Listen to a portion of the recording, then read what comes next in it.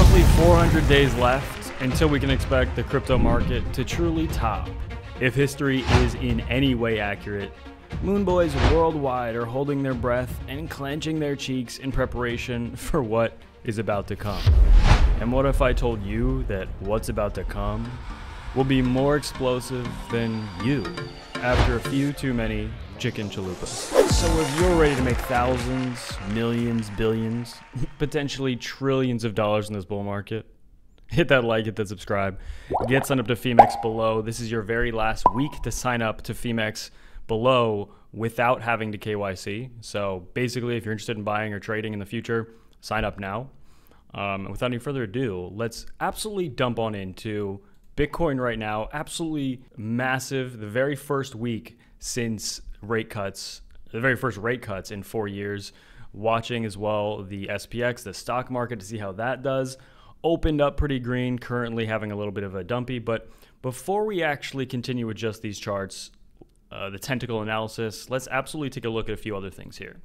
So we see that TechDev posting this chart, and if we actually zoom in, we can get a better idea. These red circles indicating tops, green indicating bottoms, where also red indicating the best time to sell, green indicating best time to buy. The blue showing where Bitcoin first got back to those previous all-time highs.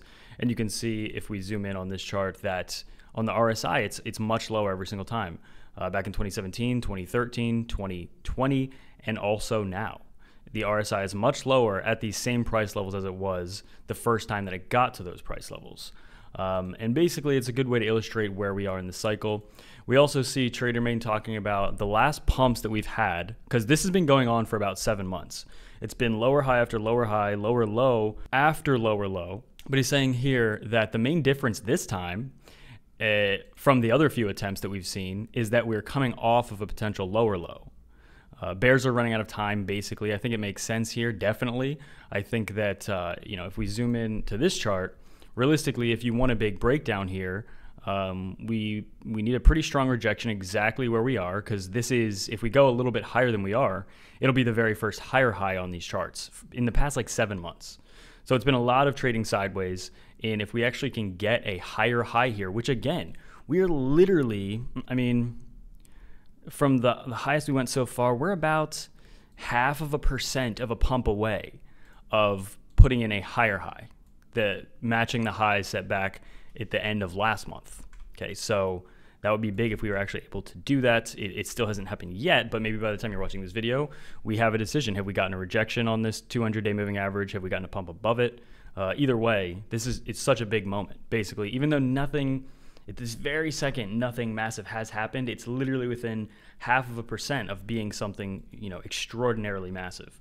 We also see that it is important to take note of what I just mentioned as well, that potentially, if we don't set a higher high here, the highs higher than the highs we set back at the end of August, then we face, again, another potential rejection and just trading more within this channel that we've been trading within for what seems like nearly eternity, going all the way back to the very beginning of March. So we're so close to putting in a higher high, and if we do, I think that that's going to drastically change the momentum of this market, really pick it up a little bit.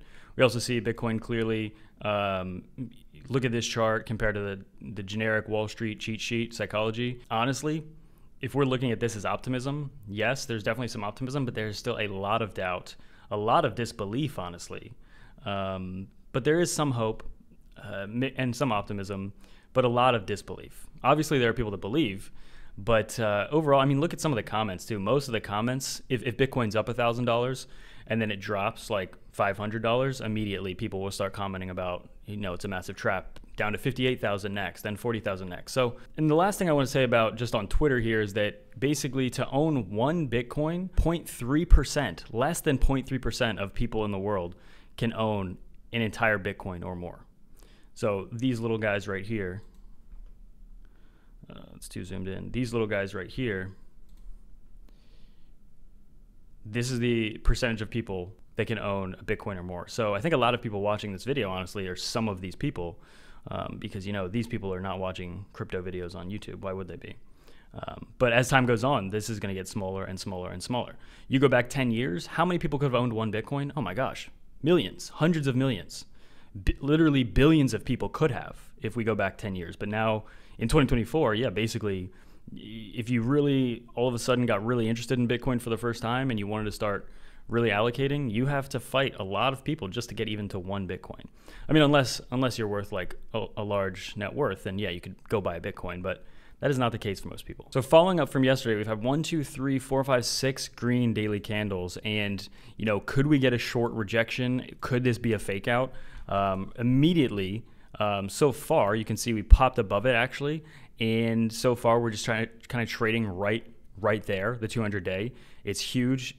Basically getting, we got, if we would go a little bit higher, as I said, like maybe like not even half of, or right around 0.5%.